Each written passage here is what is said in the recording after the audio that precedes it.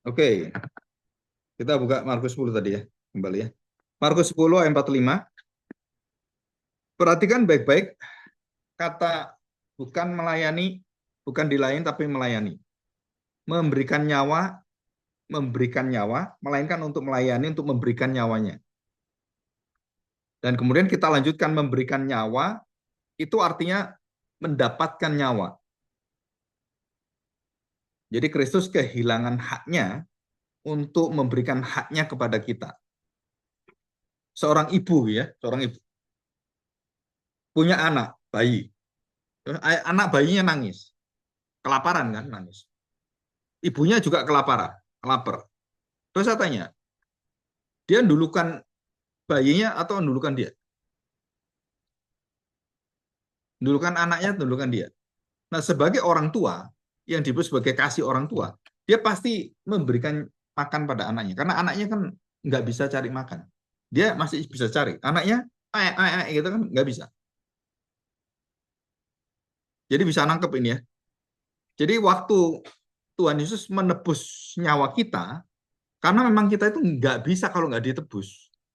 Yang bisa nebus siapa? Ya yang punya nyawa, yang punya kehidupan, yang punya sebut sebagai hidup yang kekal itu. Dan dia memberikan hidupnya itu untuk memberikan nyawanya kepada kita. Berapakah nyawa Tuhan Yesus? Tuhan Yesus nyawanya berapa? Dia nyawanya kekal. Sesuatu yang kekal dibagi, habis enggak? Saya tanya sekarang. Ya, nah ini rumusan rumusan matematika. Ya, ini saya. Nah, ya, ini perhitungan. Saya punya punya uang 1 juta, ya 1 juta. Terus saya ambil 100.000, tinggal berapa? 900, ya kan? Berarti kan kurang nih, minus. Kenapa? Karena plus ke siapa? Ke anak saya. Jadi manusia punya hidup, punya kekayaan, punya kesejahteraan, punya apapun. Itu nilainya ini. Nilainya itu adalah dia limit, ada limitnya, ada batasnya. Semua ada batasnya. Nyawa kita, hidup kita, nafas kita, kesehatan kita, kekayaan kita, kedudukan kita, semua itu ada limitnya. Ya, ada limitnya. Jadi ada limit. Kalau 1 juta diambil 100, dikasihkan ke orang, dia minus 100, jadi 900. Nah, dia berikan ke orang kan. Terus kemudian orang lagi minta tolong lagi, 500. Jadi dia tinggal 400. Betul kan? Terus minta lagi tolong 400. Dia tinggal berapa? No. Karena limit. Limit itu terbatas. Terbatas itu artinya apa? Ada stopnya. Ada kehabisannya. Ada penghabisan. Ada titik habis. Nah, saya tanya kan, batu bara, ya, batu bara, kemudian nikel, dan baterai. Saya tanya, apakah ini barang-barang kekal? Jawabannya enggak. Tambang itu bisa dihitung sekarang. Indonesia punya tambang sekarang batu bara. Oh, di daerah Sulawesi, di daerah Kalimantan ada batu bara gitu kan. Nah, berapa batu baranya? Oh, di dalam batu bara itu dihitung. Sekarang ada ilmu ngitung batu bara.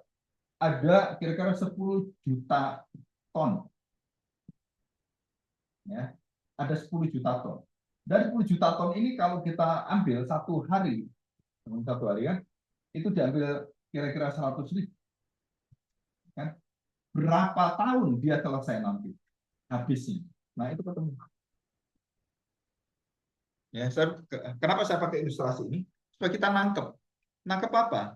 yang terbatas dan tak terbatas. Itu artinya yang terbatas itu ada titik habisnya, ada titik akhirnya. Jadi kalau dikasihkan 1 juta, oh anak saya butuh 100, tak kasih 100. Saya masih 900. Ya, masih tenang saya kan, masih ada 900. Terus kemudian anak saya sakit, tiba-tiba butuh 900. Terus saya tinggal 100. Tenang nggak kan? Kenapa nggak tenang? Ya kan tinggal 100. Berarti manusia menjamin manusia. Bisakah manusia itu tenang menjamin manusia? Nggak bisa tenang. Kenapa? Karena ada titik akhirnya, titik habisnya, titik selesainya. Nah sekarang kita bandingkan dengan Tuhan, ya Tuhan. Ya, itu lambangnya gini, lambang S tapi tidur. Ya, artinya apa ini? Tidak terbatas. Berapa tidak terbatas? Yang nggak habis. Nah, kan ini ada titik habisnya, tidak terbatas tanpa titik habis di situ. Ya. Nah, sekarang saya tanya sekarang.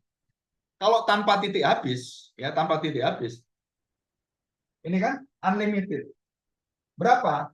Wah, nggak terbatas kan? Diambil 1 juta. Tinggal berapa? Tinggal berapa?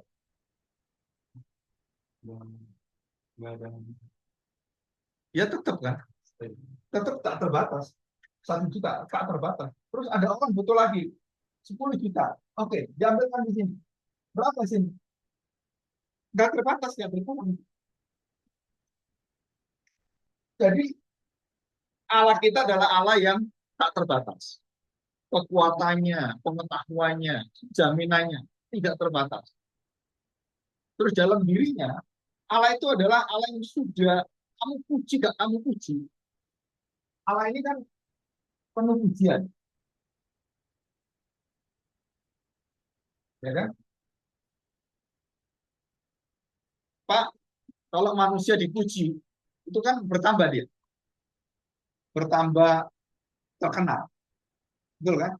Bertambah orang kemudian, wah dia tambah semangat. Aduh, kamu nilai bagus ya. Wah, kalau bisa kamu ke depan bisa sekarang mencapai ranking yang keempat gitu kan. Nanti mencapai ketiga, bisa ke satu. Nah, di situ kan dia sedang memenuhi keinginan yang nanti dia akan lanjutkan. Dia terbataskan dan dia lanjutkan. Dia memenuhi lagi. Ah, masih ada lagi, masih ada lagi. Dan terus sampai kemudian puncak, manusia mencapai puncaknya, selesai puncaknya, terus setelah dia nomor satu, terus nomor berapa? Nol. Salah satu berapa? Bukan dua, belakangnya. Satu, setelah itu apa?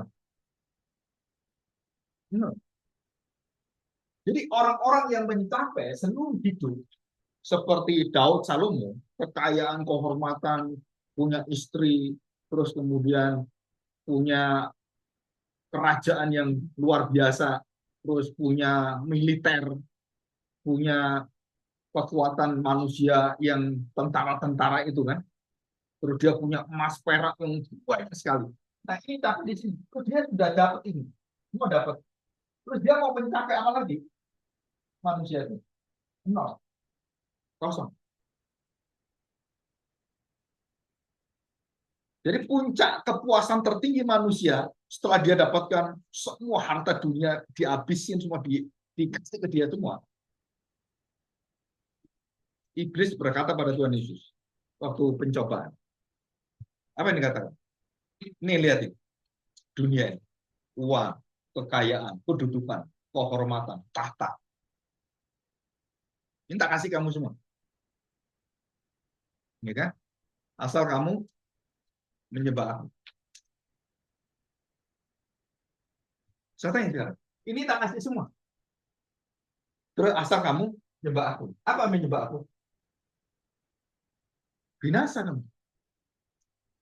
Apa gunanya orang mendapatkan seluruh harta dunia dan segala isinya, kalau jiwamu binasa. Jadi perbandingannya, yang tadi limit, yang terbatas ini ditawarkan oleh iblis, ya kan?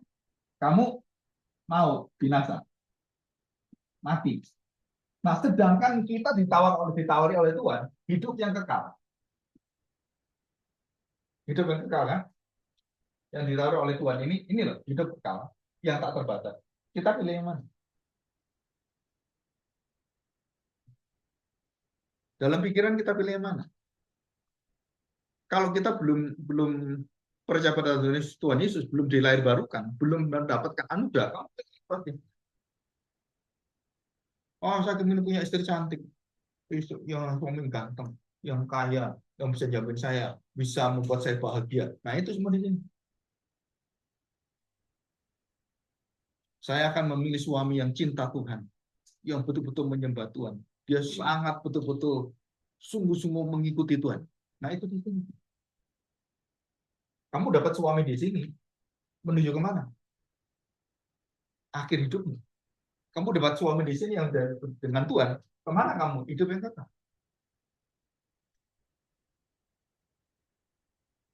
Kenapa orang Kristen kemudian menjadi orang bukan Kristen? Karena ini.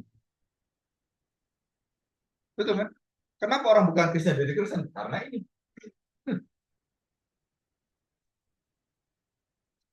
Saya bisa kerja 1 bulan, saya bisa menghasilkan 1 bulan, saya mendapatkan penghasilan atau gaji 200 juta 1 bulan.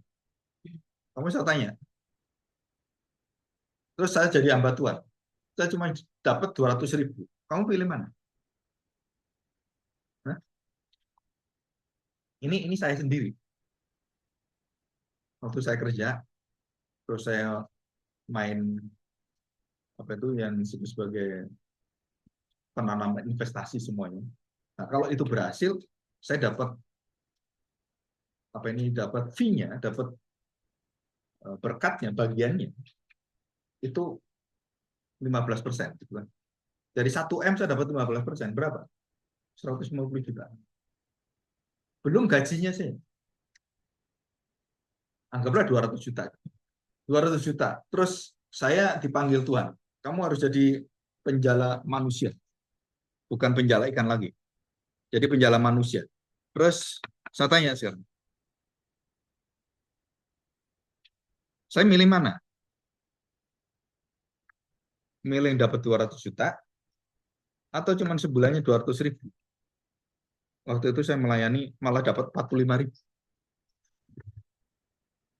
Pak, ini ya dari kami ya, kami kan pelayanan kecil dan kami juga orang-orangnya jarang yang bekerja, anak-anak kami ya model seperti ini gitu kan. Anaknya orang miskin gitu kan. Terus dikasih 45.000. Itu pun mereka sudah apa ya? Udah berusaha, udah ngumpulin itu dengan setengah mati. Sedangkan saya di sini jauh beda. Terus saya pilih mana?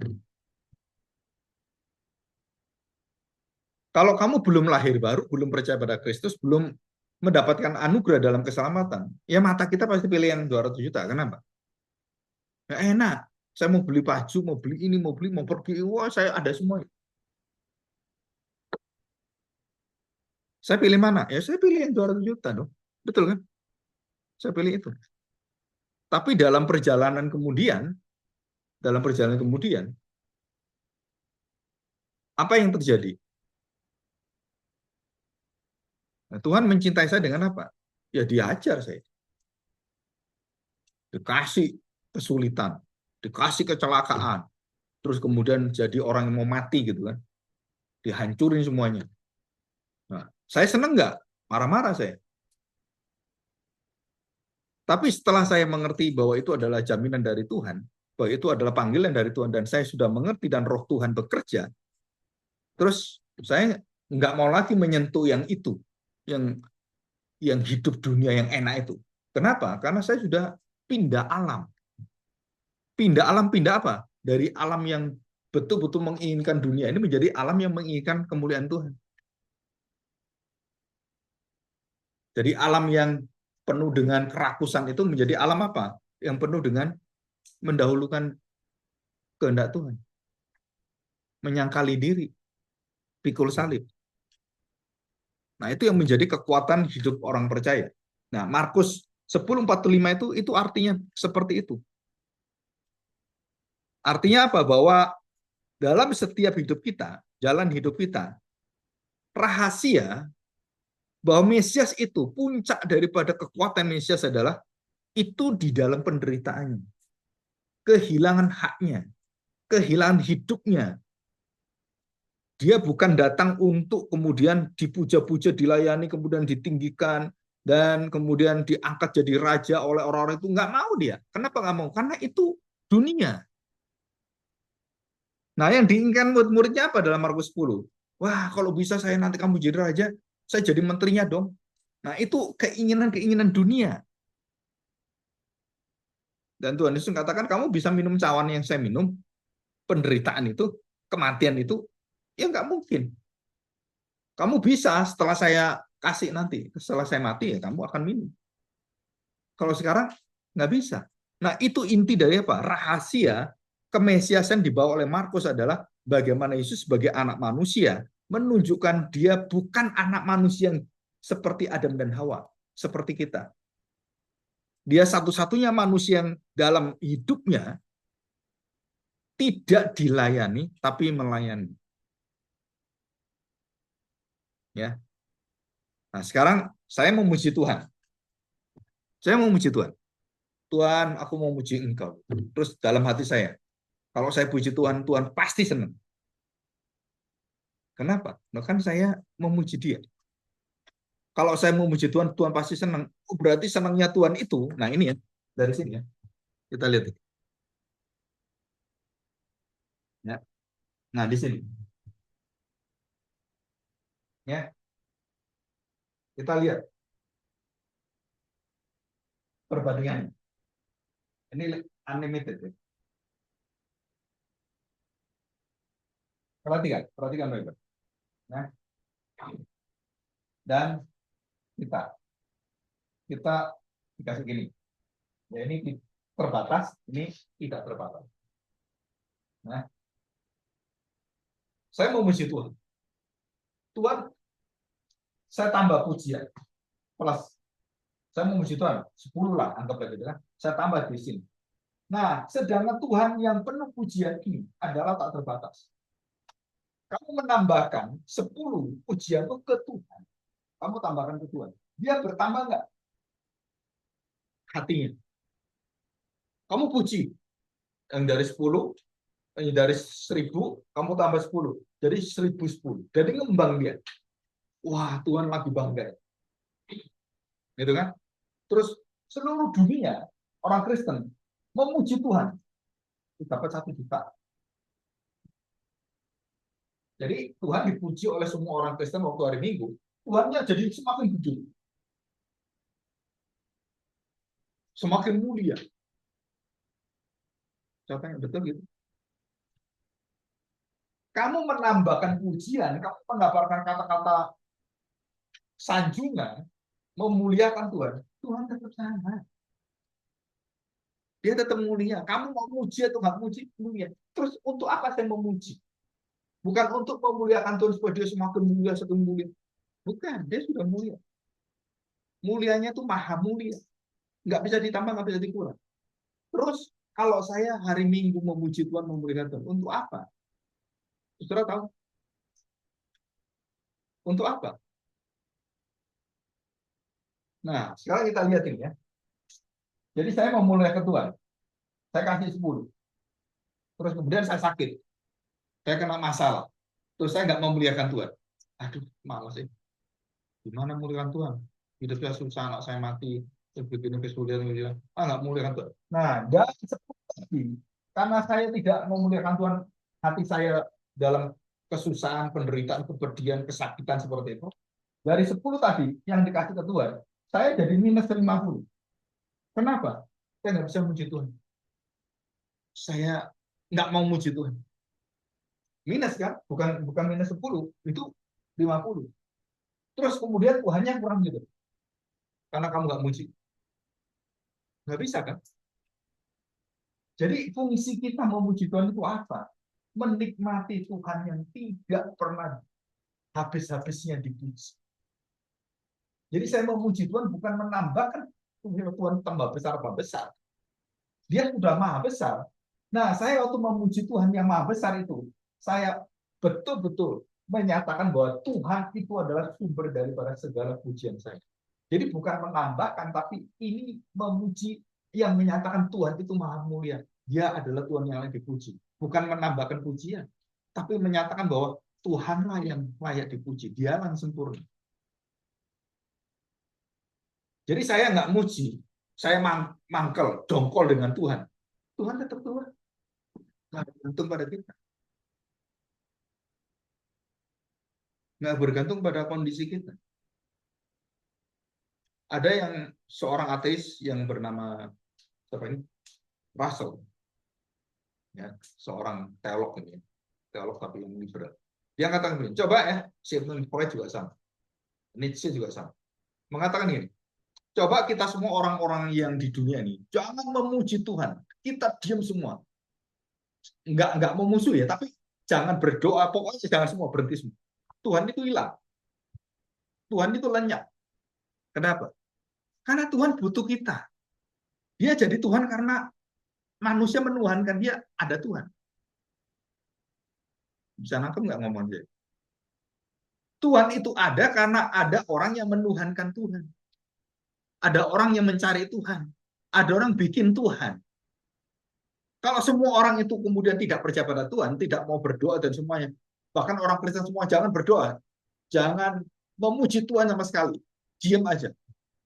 Tuhan itu langsung nggak jadi Tuhan. Kenapa? Karena dia Tuhan yang harus dipuji, baru dia Tuhan. Itu betul gitu. Seluruh dunia gak memuji Tuhan. Manusia tidak memuji Tuhan semua. Binatang-binatang gak memuji Tuhan. Dia tetap Tuhan. Jadi Tuhan ada dan tidak ada. Tidak bergantung pada kamu memuji Tuhan, kamu mengakui atau enggak. Sama seperti anak. Ya kan?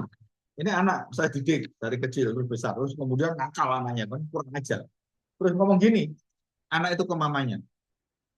Aku benci dengan mama. Aku nggak mau punya mama seperti kamu. Bisa nggak? Hah?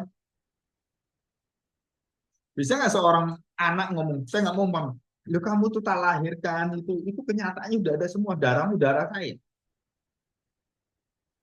Betul kan? Terus anaknya ngomong, aku nggak mau tahu, nggak mau minggat saya, nggak mau ketemu mama lagi.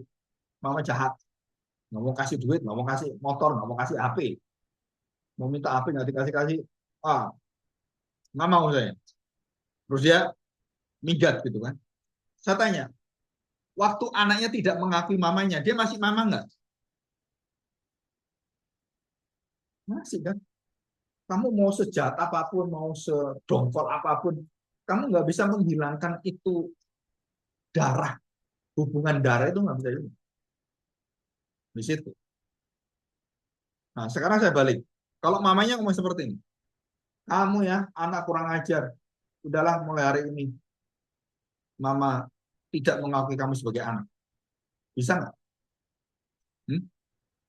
Tadi kan dari anak kan, sekarang dari mamanya. Aku nggak ngakui anak sebagai anak lagi. Bisa nggak? Ya nggak bisa juga. Kenapa nggak bisa?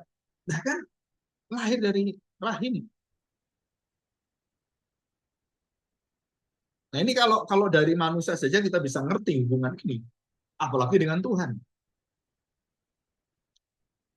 Jadi setiap kali kita ibadah, setiap kali kita memuji Tuhan, ya, setiap kali kita berdoa pada Tuhan, ingat baik-baik, Tuhan nggak butuh doamu, Tuhan nggak butuh pujianmu, Tuhan tidak pernah ditambah dan dikurangi dengan kasihmu, pelayananmu, Tuhan tetap adalah Tuhan. Terus untuk apa saya melayani? Sebenarnya saya untuk apa melayani?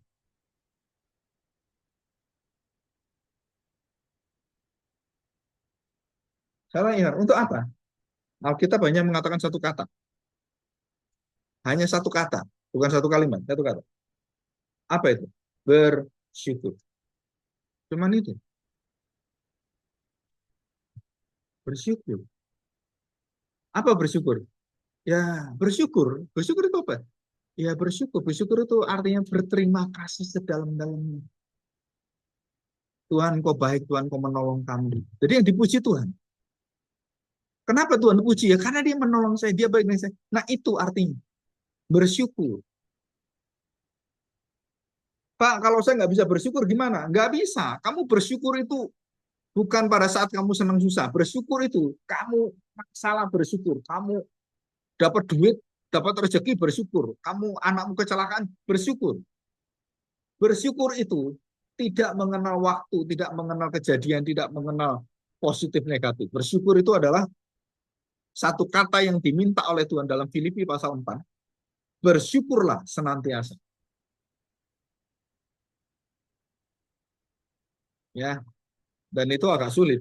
Agak sulit kenapa? Jadi kita nggak gampang melihat orang-orang yang malas gitu ya. Oh ini orang nggak berdoa, wah tuh ini kamu jauh dari Tuhan, gitu ya. Padahal Tuhan nggak pernah jauh. Kenapa? Yang kamu jauhin dirimu kan, Tuhan tetap jadi Tuhan, dia nggak pernah jauh dari kamu. Roh Kudus tinggal dalam hatimu, terus kamu sedih, aduh Roh Kudus berduka. Saya tanya, Roh Kudus berduka, apakah Roh Kudus meninggalkan kita?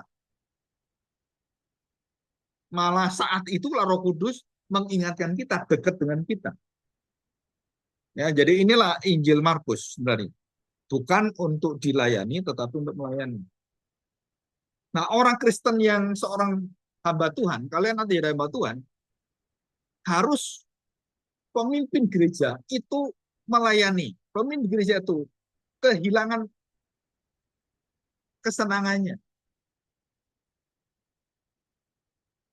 Saya lagi di satu mall, nganter keluarga, nganter anak gitu kan. Kita makan-makan. Terus ada telepon. Pak Kung di mana? Oh, saya lagi nganter anak. Pak, maaf Pak, mama saya lagi masuk ICU. Bisa nggak Bapak doakan kami? Terus saya tanya, saya balas ya. Aduh, sorry ya, saya lagi makan, saya lagi nonton bioskop, saya lagi nih, ya besok aja lah. Gitu. Bisa gitu? Jangan kan besok, kamu telat 1 jam mati orangnya.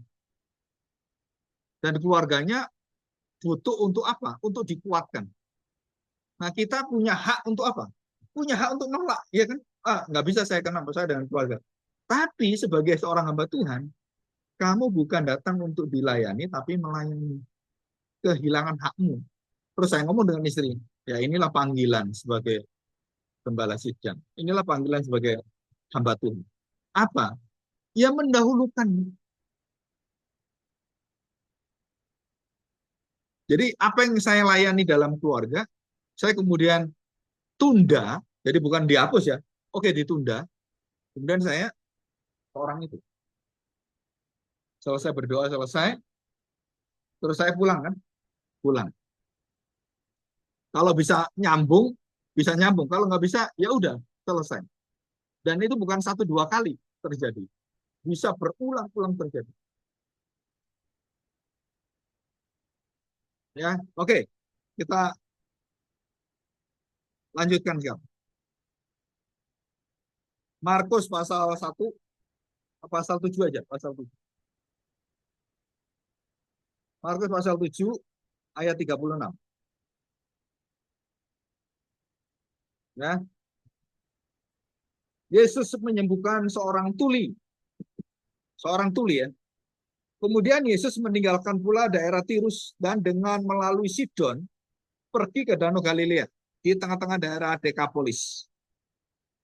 Di situ orang membawa kepadanya seorang tuli yang gagap dan memohon kepadanya supaya ia meletakkan tangannya atas orang itu dan sesudah itu memisahkan dia dari orang banyak.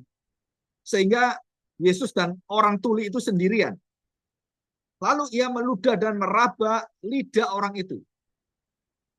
Dia meludah dan meraba lidah orang itu. Kemudian sambil menengadah ke langit, Yesus menarik nafas dan berkata, Ephata, artinya apa?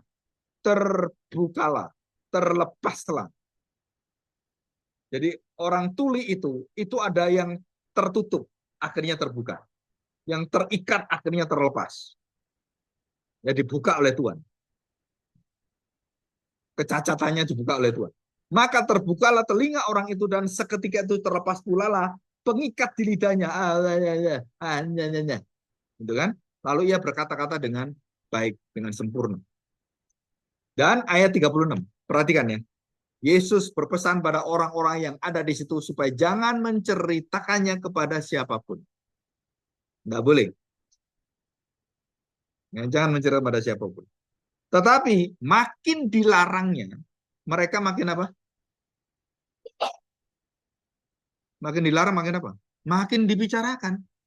Wah, ini hebat ini. Luar biasa. Jangan ngomong. Dilarang oleh Tuhan Yesus. Tapi mereka melanggar larangan itu. Makin luasa mereka memberitakan. Oh, dia bisa menyembuhkan orang tuli. Ini datang, kamu semua. Nah, itu semua tambah tersebar dan tambah terkenal kemana-mana. Tapi Tuhan Yesus mau nggak dipuji seperti itu? Kan dilarang kan? Bukan berarti dilarang itu artinya, oh Tuhan Yesus itu berarti mau juga gitu. Enggak, dia melarang. Tapi karena manusia itu nggak bisa menutupi sukacitanya, dia tetap berbicara. Nah, masalahnya adalah mengapa Yesus melarang? Nah, itu masalahnya. Ayat yang 37, mereka takjub dan tercengang dan berkata, ia menjadikan segala-galanya baik, yang tuli di jaringan mendengar, yang bisu di jaringannya berkata-kata. Ini apa artinya? Inilah ciri khas rahasia kemesiasan. Apa? Melepaskan dan membuka belenggu-belenggu dosa, belenggu-belenggu kecacatan, belenggu-belenggu semua kejahatan, dan ikatan dosa. Nah, itu Mesias. Jadi, Markus itu menghadirkan Yesus Mesias, itu tindakan-tindakannya itu Mesias. Pembicaraannya, pengajarannya Mesias. Hidupnya, dia adalah Mesias. Apa pola hidupnya? Bukan untuk dilayani, tetapi untuk melayani. Semua orang-orang percaya pada Yesus disebut orang Kristen. Kan Kristen itu pengikut Kristus. Apa yang diikuti oleh orang Kristen? Mengikuti Kristus. Mengikuti apa? Mengikuti bukan untuk dilayani, tetapi untuk melayani. Nah, bayangkan kalau orang Kristen semua seperti ini. Bayangkan gitu ya. Mendahulukan orang lain melayani keluarganya, terus menolong adiknya, menolong mamanya, dan dia mendahulukan itu. Wah, itu kerajaan Allah itu di tengah-tengah kita. Kerajaan Allah bukan nanti akan datang. Ini sudah datang di tengah-tengah kita.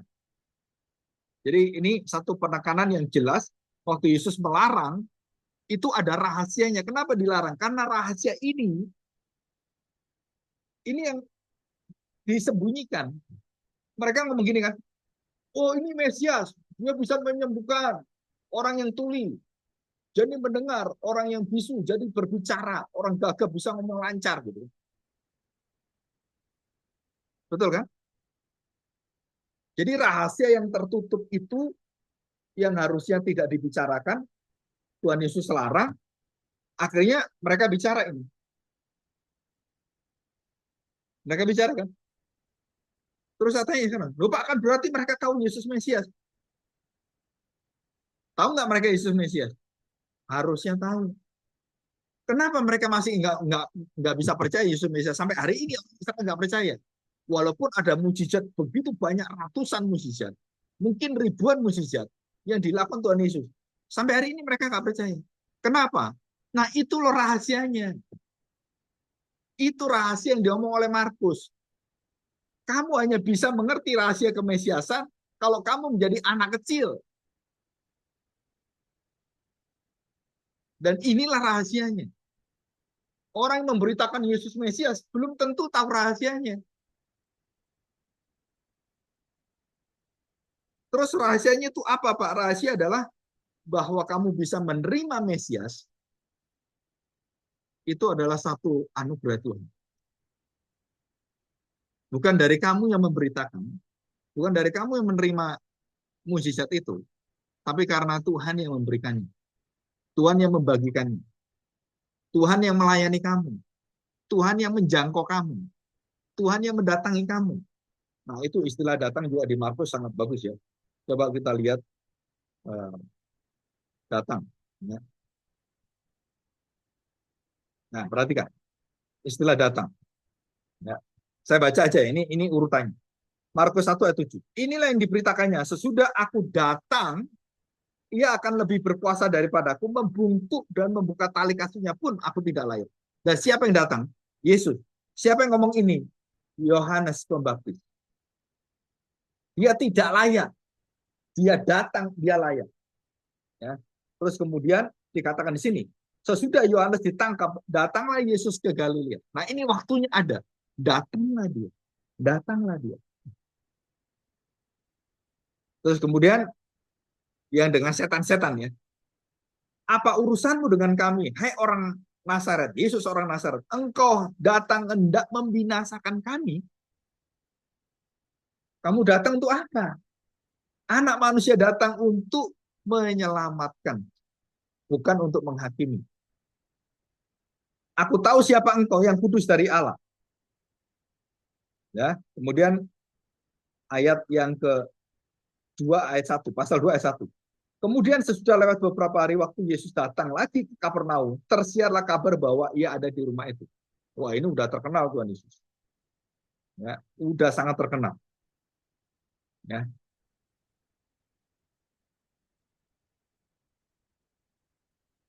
Oke. Nah, Markus 10:45 tadi jelaskan, anak manusia datang bukan untuk dilayani, melainkan untuk melayani. Itu puncaknya. Jadi kamu datang, kamu melayani untuk apa? Bukan untuk dilayani, untuk melayani. Jadi itu harus kamu ingat baik-baik. Pak, waktu saya melayani, itu artinya saya mendapatkan berkat, saya dilayani Tuhan. Jadi semakin saya melayani, semakin saya memperhatikan kerajaan Allah, semakin saya dicintai oleh Tuhan. Itu nilainya. Itu rahasia kemesiasan. Jadi Tuhan Yesus mengatakan apa? Aku datang bukan melakukan kehendakku, melainkan kehendak Bapakku.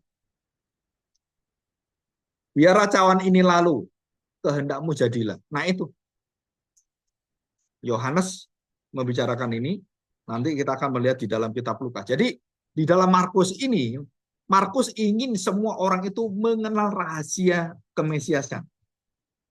Apa rahasianya? Ya tadi itu, bahwa orang-orang itu bukan hanya menerima mujizatnya, tetapi menerima rahasia kemesiasan bahwa dia datang bukan untuk menghakimi, dia datang untuk menyelamatkan. Dia datang untuk melayani. Ya itu sangat sangat penting sekali. Oke, kita lihat sekarang selanjutnya. Selanjutnya ya. Yesus sebagai anak Allah dan penekanannya tertinggi adalah salib Kristus. Kita lihat Markus 4 15 ayat 34. Kita buka Markus 15 ayat yang 34. Dan pada jam 3 berserulah Yesus dengan suara nyaring, Eloi Eloi lama sabatani, yang berarti Allahku Allahku, mengapa engkau meninggalkan aku? Ya. Jadi Eloi Eloi lama sabatani. Nah, perhatikan ya. Eloi Eloi lama sabatani ini itu tertulis dalam kitab Matius. Ya. Kita lihat. Eloi Eloi lama sabatani. Markus, sebentar.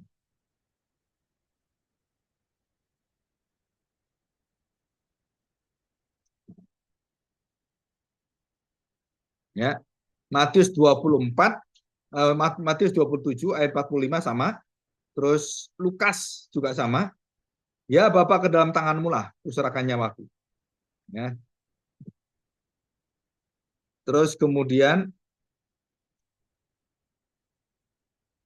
dalam Yohanes sebentar. Markus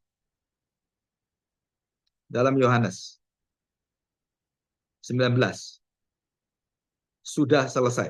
Ya, jadi ada dua, Markus dengan Matius. Eli lama sabatan. Ya, oke. Nah, saudara, ada satu sumber sekarang ini, sumber yang mungkin sedikit penjelasan lagi, sedikit aja. Nah, di dalam ini bahasa Markus itu disebut sebagai kitab sumber Quelle, ya. Q artinya bahwa seluruh cerita yang ada, Injil, Lukas, terus Matius, Yohanes, itu mengacu sumbernya kepada ini, Markus. Markus paling pendek, tetapi dia sinkronis. Ya, Markus. Jadi jelas Lukas, Matius, Yohanes itu mengacu dan mengambil bahannya dari Markus. Ini dan ada yang lain, ya. Ada yang kitab yang lain. Ya sedikit tapi sedikit sekali. Nah, kebanyakan itu Markus. Jadi banyak Injil Markus dikutip berulang-ulang dalam kitab Injil yang lain. Ya.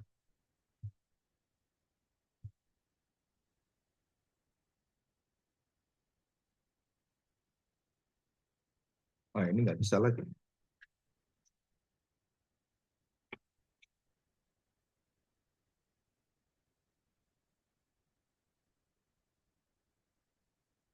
Oke, sekarang kita lihat penekanan pada salib. Ya, salib. Rahasia Mesias. Ini semua rahasia Mesias ya. Penekanan pada salib. Nah, kenapa salib itu ditekankan? Karena Mesias yang diterima oleh Bapa adalah Mesias yang harus mampu menerima dua hal ini. Apa dua hal itu? Yang pertama adalah dosa manusia, menanggung. Menanggung itu artinya mengangkat. Ya, mengangkat. Menanggung. Satu, menanggung. Menanggung apa? Yang pertama, dosa. Dosa ada dua ya, dosa asal dan perbuatan. Dan ini menanggung apa yang kedua? Kemarahan. Kemarahan siapa? Atau Allah. Nah, kemarahan Allah atau Bapa ini itu dinyatakan di dalam satu kemarahan yang keluar satu tindakan itu disebut sebagai murka. Nah, istilah murka itu bukan marah. Kalau kita marah kan mungkin wajahnya. Murka itu tindakan. Allah murka. Marah yang dinyatakan dengan sempurna. Ini. Jadi ada dua ya. Yang pertama dosa, yang kedua itu ini. Murka dan marah Allah.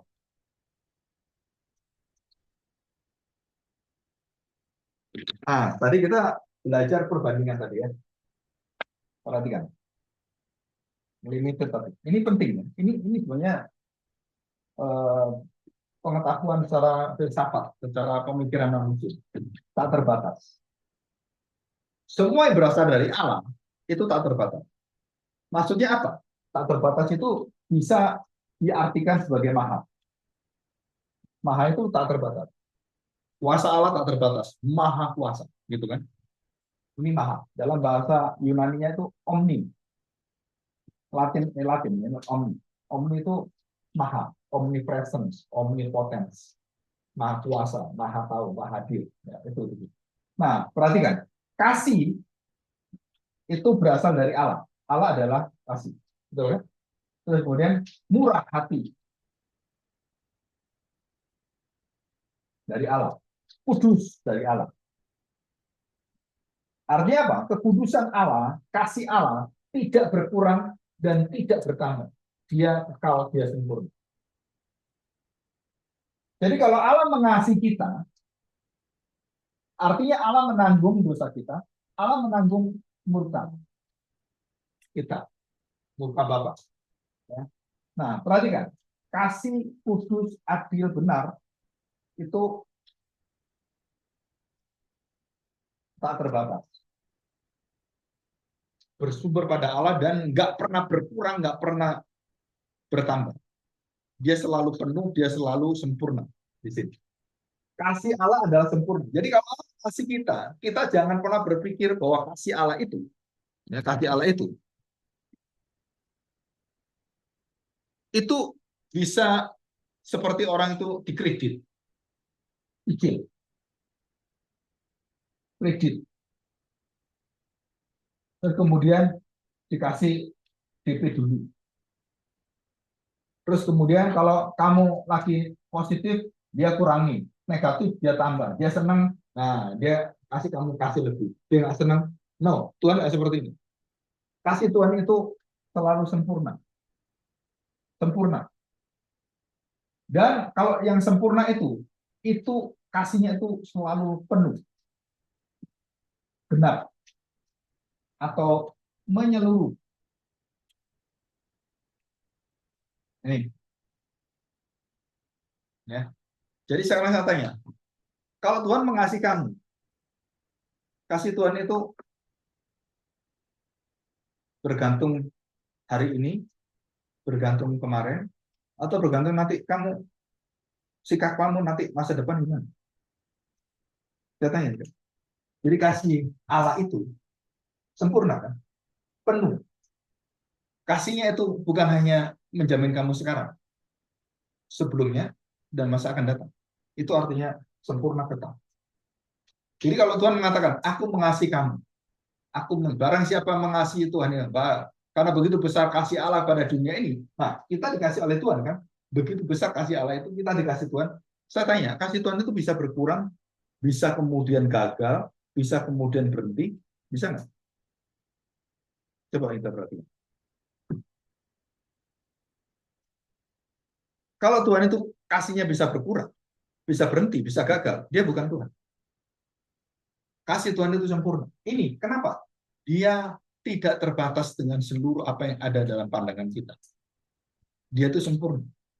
Nah, kalau kasihnya sempurna, maka murkanya, marahnya sempurna juga. Bisa ngerti? Jadi siapa yang bisa menerima murka sempurna? Marah yang sempurna. Nggak ada yang lain kecuali Tuhan sendiri.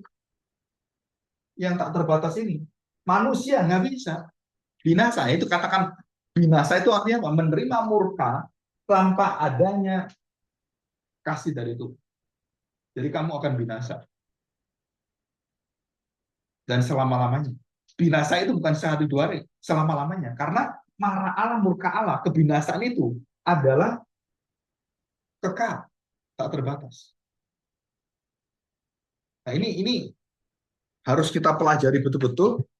Jadi resiko-resiko dalam hidup kita waktu kita dijamin oleh Allah dan waktu kita tidak dijamin Allah itu sangat mengerikan. Kenapa iblis ketemu Tuhan Yesus itu, roh-roh jahat itu, gemetarnya luar biasa. Tahu sebabnya? Karena dia akan dibinasakan. Dibinasakan itu artinya itu penderitaan yang apa ya? Yang nggak mungkin bisa terima, iblis pun nggak bisa terima itu. Karena penderitaannya itu sempurna kekal dan selama-lamanya.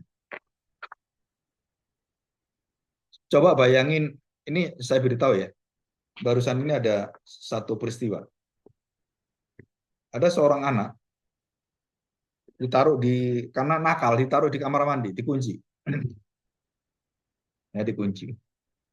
Dan setelah dikunci, anak itu wah teriak-teriak gitu, terus lampunya dimatiin. Ini anak kecil, lampunya mati. Sampai ditunggu sampai anak itu diem. Kalau kamu diem, baru mama buka. Kalau kamu teriak-teriak, dikunci. Pertama dikunci kan. Dia ada gedor-gedor semua itu kan dibiarin. Lampunya dimatiin. Kalau kamu terus seperti ini, mamamu akan keluar. Nggak mau dengar kamu lagi.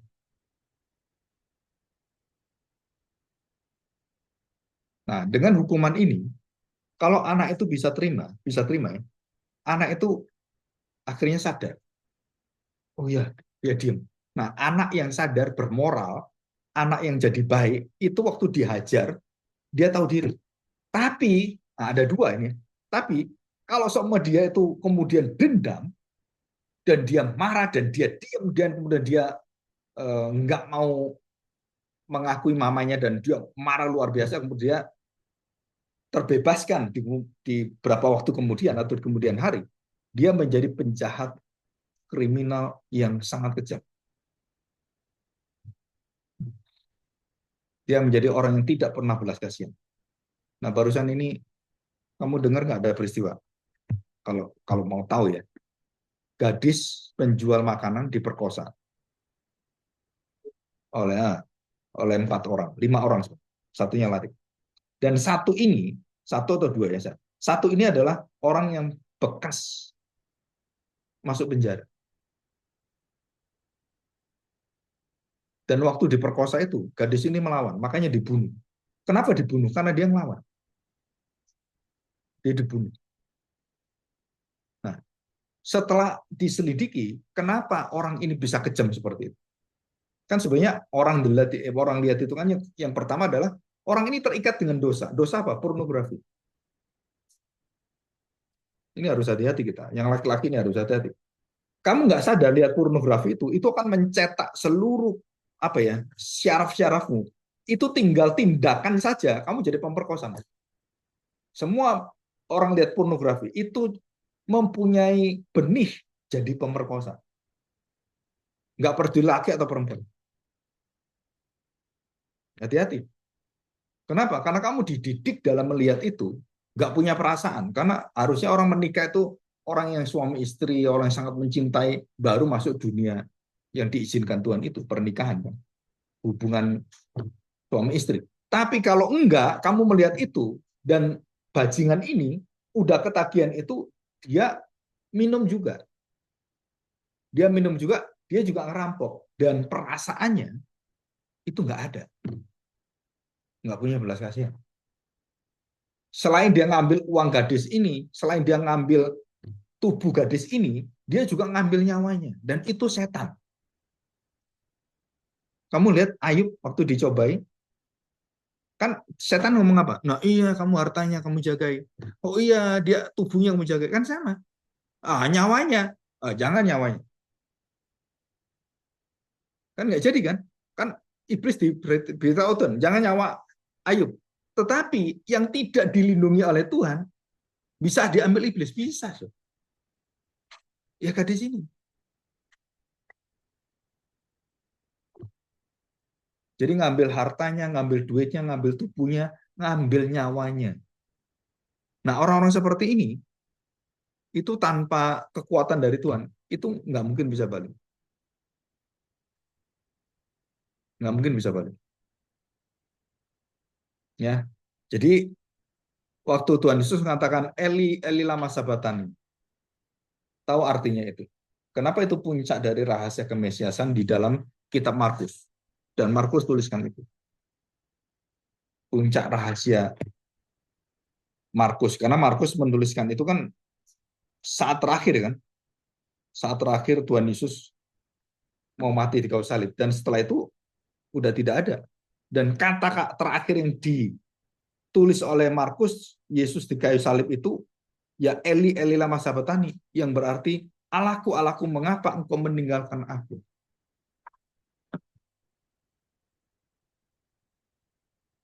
Kalau kita bisa tahu rahasia ini, kita tahu bahwa kita sudah diselamatkan. Kalau kalian baca ini nggak ngerti, itu keselamatan kalian itu tanda tanya, diragukan. Nah, saya beritahu sekarang ya, kenapa sih diragukan? Kamu pernah kecelakaan, ya, pernah terjadi satu kecelakaan besar, terus kemudian tiba-tiba ada seorang ibu yang menolong kamu. Kamu mau ditabrak oleh satu kendaraan truk yang pasti kamu mati kalau ketabrak. Ya, Nah, ibu ini waktu melihat kamu, langsung secara refleks, dia punya kemurahan dan punya hati belas kasihan itu, punya hati seorang ibu, lari ke kamu dan kemudian narik kamu. Karena dia menarik anak itu, terus kemudian apa yang terjadi? Maka dia yang kena tabrak tubuhnya. Karena dia tarik, dia rangkul gini kan. Nah, dia ketabrak. Terus dia mati. Ya kan? Mati. Terus anak itu kemudian dia besar. Setiap kali ada tabrakan, setiap kali tabrakan, dia ingat siapa? Ingat ibu yang nolong dia, yang mati itu. Sama dengan kita.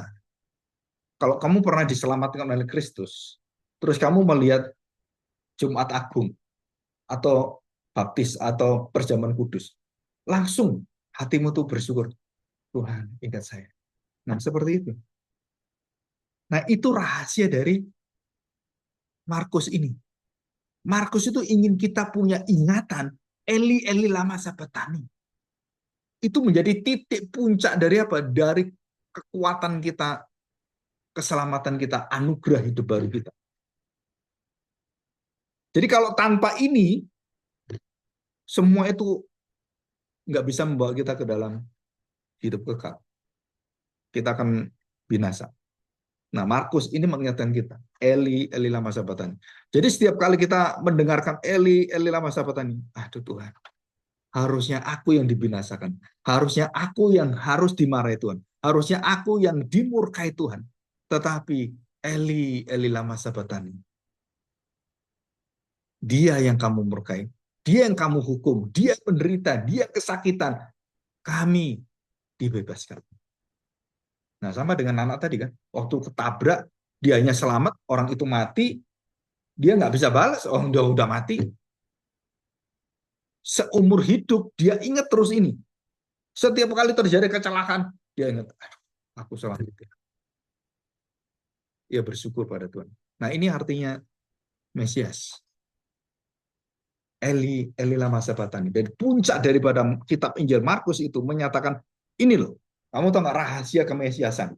Yesus Kristus, anak Allah, anak manusia itu, di sini. Dan disinilah dia menyatakan diri, akulah anak manusia Mesias itu, dan akulah juga anak Allah itu. Yang menubuatkan, yang memberitahukan kamu, aku yang menjalani, aku yang mati ke salib, aku yang menanggung dosamu, aku menanggung murka Bapakku, akulah orang itu.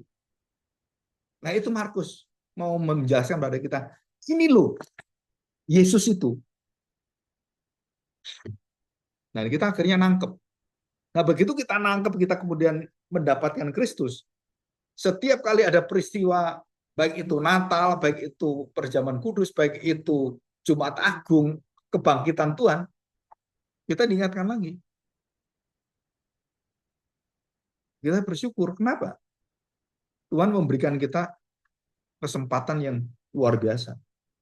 Kesempatan mendapatkan waktu yang menikmati bagaimana Mesias itu menderita mati dan menanggung dosa kita, menanggung murka Allah, kemarahan Allah. Apa tanggung jawab kita? Nah, Markus memberikan kita tanggung jawab yang terakhir. Markus 16. Ya, ini. Ini ya, ayat 15. Markus 16 ayat 15. Lalu ia berkata pada mereka, ayat 14, akhirnya ia menampakkan diri kepada ke-11 orang itu ketika mereka sedang makan dan ia mencela ketidakpercayaan mereka, kedegilan hati mereka. Markus itu mengungkapkan kedegilan, ketidakpercayaan. Oleh karena mereka tidak percaya kepada orang-orang yang telah melihat dia sesudah kebangkitannya. Lalu ia berkata pada mereka, udah ya ngerti kamu ya, sekarang ini siapa saya? Aku ini Mesias. Eli, Eli lama sabatani. Ingat baik-baik, aku menanggung dosamu, menanggung murka Allah, melepaskan, membebaskan ikatan dosa belenggu dosa. Nah, apa tugasmu sekarang? Pergilah ke seluruh dunia, beritakanlah apa? Injil. Beritakan aku karyaku dan semuanya. Berita sukacita ini. Mesias sudah datang. kepada segala makhluk. Siapa yang percaya dan dibaptis akan diselamatkan, tetapi siapa yang tidak percaya akan dihukum. Tanda-tanda ini menyertai orang-orang yang percaya, bukan orang-orang yang cuman bermisi ya. Ini semua orang percaya, disertai ini. Tanda-tanda ini menyertai orang-orang percaya. Mereka akan mengusir setan-setan demi namaku. Mereka akan berbicara dalam bahasa-bahasa yang baru bagi mereka. Mereka akan memegang ular dan sekalipun mereka minum racun maut, mereka tidak akan mendapat celaka. Mereka akan meletakkan tangannya atas orang sakit dan orang itu akan sembuh. Ya, Pak, boleh nggak saya coba minum racun? Kan firman Tuhan mengatakan, minum racun. Sekalipun minum racun maut, mereka tidak mendapatkan celaka. Kamu minum racun. Ada loh ini, penginjil yang ditantang oleh orang ateis. Kamu penginjil, ya ini ada racun. Nih, minum. Kan ini ayatnya ngomong minum. Kamu nggak akan mati. Ayo sekarang minum. Penginjil itu minum. Mati nggak? Hah? Penginjil mati nggak? Mati. Dan orang ateis ini ngomong apa? Ini orang China ya. Ini cerita misi. Mati lu, akhirnya. Dan dia mati. Dan dia serahkan nyawa. Nah, orang menghukum ini kan merasa apa? Omong kosong firman Tuhan. Betul kan? Omong kosong. Tapi waktu orang ini mati, yang pada waktu dia kan namanya proses racun itu kan nggak langsung mati. Kan dia kan kesakitan bocah. Dan dia cerita dan menceritakan semuanya apa yang terjadi. Jadi Jadi Markus ini penginjilannya agak beda ya. Penginjilan apa? Bahwa kamu akan mendapatkan jaminan, akan mendapatkan kala jengking, kamu diracun, dan tidak ada yang bisa menghalangi. Betul, nggak ada yang bisa menghalangi.